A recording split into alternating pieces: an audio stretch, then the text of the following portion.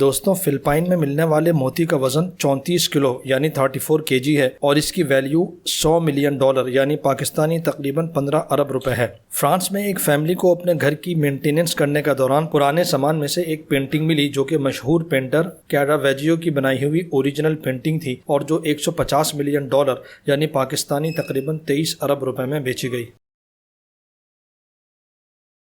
دوستوں زمانے قدیم سے لے کر آج تک لوگ خزانوں کی تلاش میں رہتے ہیں کہ کسی طرح ہمیں کوئی خزانہ مل جائے۔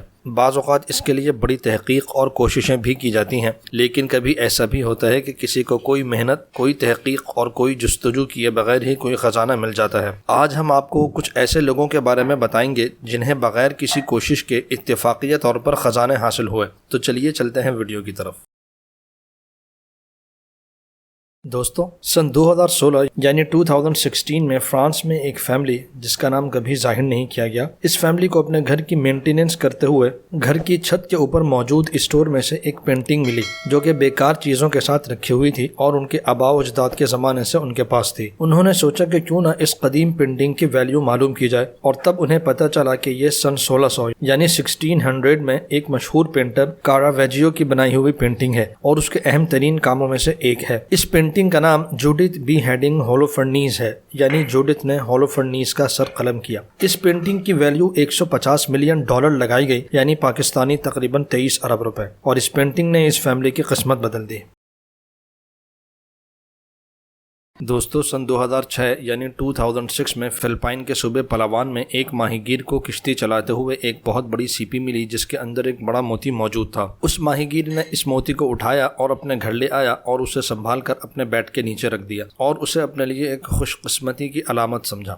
10 سال تک یہ موتی اس کے بیٹ کے نیچے ہی رکھا رہا۔ پھر اپنے خاندان والوں کے اصرار پر اس نے اس موتی کو شہر کے میئر کو دکھایا تو تب اس کی قدر سامنے آئی۔ یہ موتی 1 فٹ چوڑا اور 2.25 فٹ لمبا ہے اور اس کا وزن تقریباً 34 کلو گرام ہے۔ اگر یہ موتی اس سیپی کے اندر ہی بنا ہے تو اس کی ویلیو تقریباً $100 ملین یعنی پاکستانی تقریباً 15 ارب روپے ہے۔ ماہرین تصدیق کے منتظر ہیں کہ یہ در حقیقت دنیا کا سب سے بڑا موتی ہے۔ اگر یہ تصدیق ہو جاتی ہے تو موجودہ ریکارڈ ہولڈر موتی لاؤزو دوسرے نمبر پر آ جائے گا جس کا وزن تقریباً 6.5 کلو اور ویلیو $35 ملین ہے، یعنی پاکستانی تقریباً 5 ارب روپے ہے۔ دوستوں مزے کی بات یہ ہے کہ یہ لاؤزو موتی بھی فلپائن کے صوبے پلاوان میں ہی سن 1934 یعنی 1934 میں دریافت ہوا تھا۔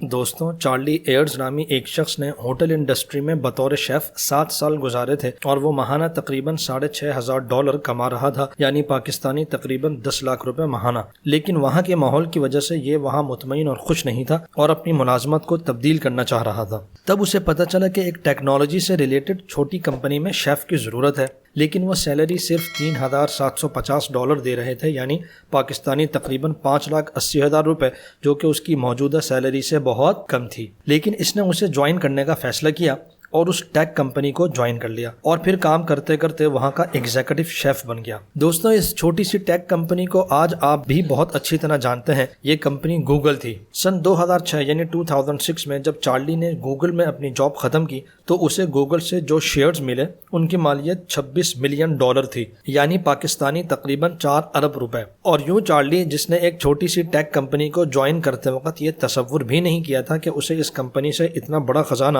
شیئرز کی صورت میں حاصل ہو جائے گا، اس کو یہ ٹریجر یوں حاصل ہوا۔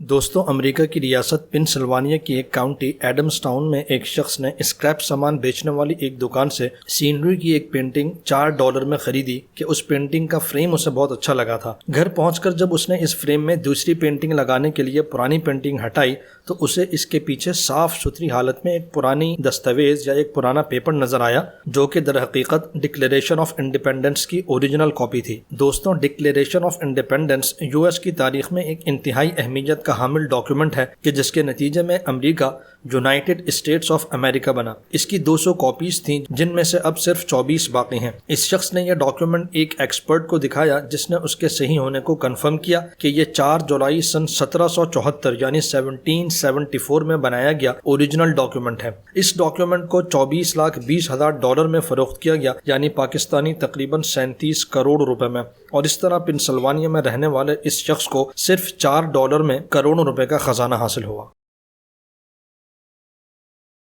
Martin Johnson painting. دوستوں، یو ایس اے کی ریاست انڈیانا میں ایک ٹول کمپنی میں کام کرنے والے ایک شخص نے اپنے گھر کے لیے کچھ استعمال شدہ فرنیچر اور پھولوں کی ایک پرانی پینٹنگ $30 میں خریدے۔ اس پینٹنگ کو اس نے گھر میں موجود ایک سوراخ کو چھپانے کے لیے دیوار پر لگا دیا۔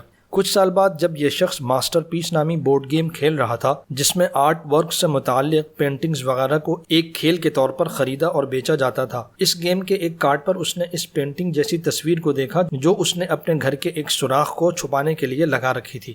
جب اس نے معلومات کی تو پتہ چلا کہ اس کی یہ تصویر امریکہ کے ایک مشہور ترین آرٹسٹ جو کہ لینڈسکیپ اور فلاور ارینجمنٹس کے حوالے سے بہت مشہور ہیں، ان کی ایک پینٹنگ کی طرح ہے۔ بعد میں ہوسٹن کے میوزیم آف فائن آرٹس نے اس پینٹنگ کے اوریجنل ہونے کی تصدیق کی اور اسے $12,50,000 میں خریدا، یعنی پاکستانی تقریباً $19,25,00,000 میں، اور اس طرح یہ شخص اتفاقیہ طور پر صرف $30 سے کروڑ پتی بنا۔